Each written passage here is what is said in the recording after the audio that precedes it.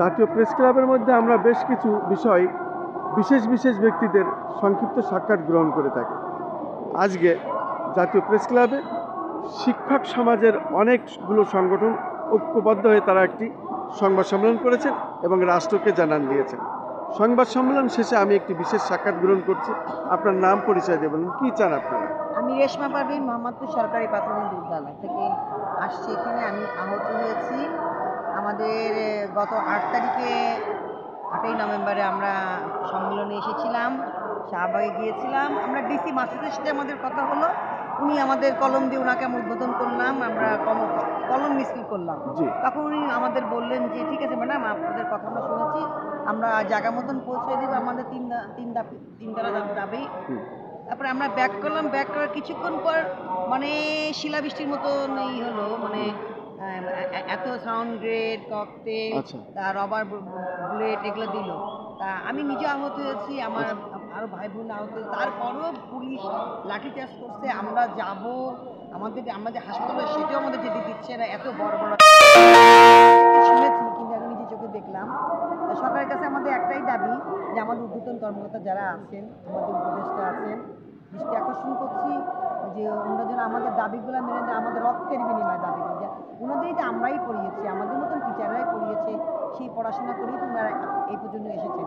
এই শিক্ষকদের ওনারা মূল্যায়ন করছে, সামান্য করা টাকা ওনারা দিতে বাড়াতে পারছে না। কথা কথা বলে যে টাকা নেই, টাকা নেই, সেটা তো আমরা তো জবাবদিহি করবো না।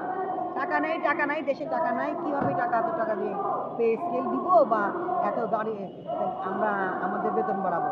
কিন্তু টাকা তো কেউ, আমরা কি গাড়ি বাড়ি করার জন্য? আমাদের গাড়ি বাড়ি আল্লাহর মধ্যে আল্লাহ আমাদের দিয়েছে, আছে, কিন্তু আমাদের আন্দোলন, আমরা একটা উন্নত উচ্চ ডিগ্রি চাই, উচ্চ গ্রেড চাই, সম্মান চাই। আমরা কি সেটা কি আমরা পেতে পারি না?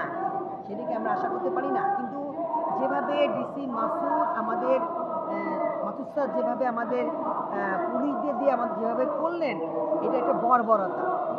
আসলে ভালো ফ্যামিলির ছেলেপেলেরা তো সে পুলিশ ডিপার্টমেন্টে আসে না, তারা শিক্ষাকে মর্ম, এই জন্য পুলিশ ডিপার্টমেন্টদেরকে পছন্দ করে না। আর আমাদের ঊর্ধ্বতন কর্মকর্তাদের, আমাদের রাষ্ট্রীয় আমাদের ডক্টর ইউনূস স্যারকেও দৃষ্টি আকর্ষণ করছি। উনিও এত শিক্ষিত হয়ে, শিক্ষক হয়ে, উনি ওনার ডিপার্টমেন্টের ওনার ঊর্ধ্বতন যারা ওনার আন্ডারে আছেন, এরা তো পুলিশ ডিপার্টমেন্ট ওনার আন্ডারে এসব আছেন, সারা বাংলাদেশ ওনার আন্ডারে আছেন। তা ওনাদের দৃষ্টি আকর্ষণ করছি যে উনি এর একটা ব্যবস্থা নিক যে আমাদের টিচারদের কত বর্বরতা কেন, আর যেসব টিচাররা আহত হয়েছে তাদের সম্মানজনকভাবে তারা যেন এই আন্দোলনে শরিক হয়েছেন, তারা যেন 11তম গ্রেড পায়, প্রজ্ঞাপন জারি করুক। আর যারা অসুস্থ তাদেরকে সহযোগিতা করুক। আমাদের এক বোন মারা গেছে, ফাতেমা আপা, ওনার তো 16 বছর চাকরি হয়েছে। তো উনি যদি সম্মানজনক রিটায়ারমেন্টের ওনাকে জন্য দেয়, ছোট দূরে বাচ্চা আছে, প্রাইমারি স্কুল মাস্টার কয় টাকা বেতন পায়, যে সেই টাকা নিয়ে তারা খাওয়া দাওয়া করে, বাচ্চাদের মানুষ করে। আর আমাদের উপরে যারা আছেন তারা লক্ষ লক্ষ টাকা পেয়ে, তারপরেও আমাদের টাকা হয় না। আমাদের কিছু তেলেই পারেই আমরা আমরা তো ভিক্ষা করতে আসিনি, আমরা উপযুক্ত মর্যাদা সম্মান চেতে আমরা এসেছি। এই বলে আমার বক্তব্য শেষ করছি। আল্লাহ হাফেজ, আসসালামু আলাইকুম। শুধু দর্শক, আজকে জাতীয় প্রেস ক্লাবের মধ্যেই শুধু নয়, সারা বাংলাদেশে এই আলোচনাটা হচ্ছে। জুলাই যোদ্ধা হিসাবে আমার পেশাগত দায়িত্ব হিসাবে পালন করতে গিয়ে আমিও ছিলাম। আমিও মুগদা মেডিকেল হাসপাতালে প্রায় 1 মাসের মতো আইসিইউতে ছিলাম। মৃত্যুর সাথে লড়াই করে ফিরে এসেছি। এই ধরনের ব্যক্তিরা সারা বাংলাদেশে বহুত আছেন এবং এই শিক্ষকরা যারা মাঠে নেমেছিলেন, আন্দোলন করেছিলেন, সংগ্রাম করেছিলেন, তাদের কিছু সাক্ষাৎ আমি আজকে জাতীয় প্রেস ক্লাবের সামনে সরাসরি তাদের মুখ থেকে আমরা শুনলাম। শুধু দর্শক মণ্ডলী, আপনারা এটা যার মন্তব্য করবেন এবং অন্তর্বর্তী সরকার প্রধানের কাছে আমাদেরও দাবি, তাদেরকে আর এইভাবে হেনস্থা না করে তাদের যথাযথ সম্মানটা আপনারা দিন।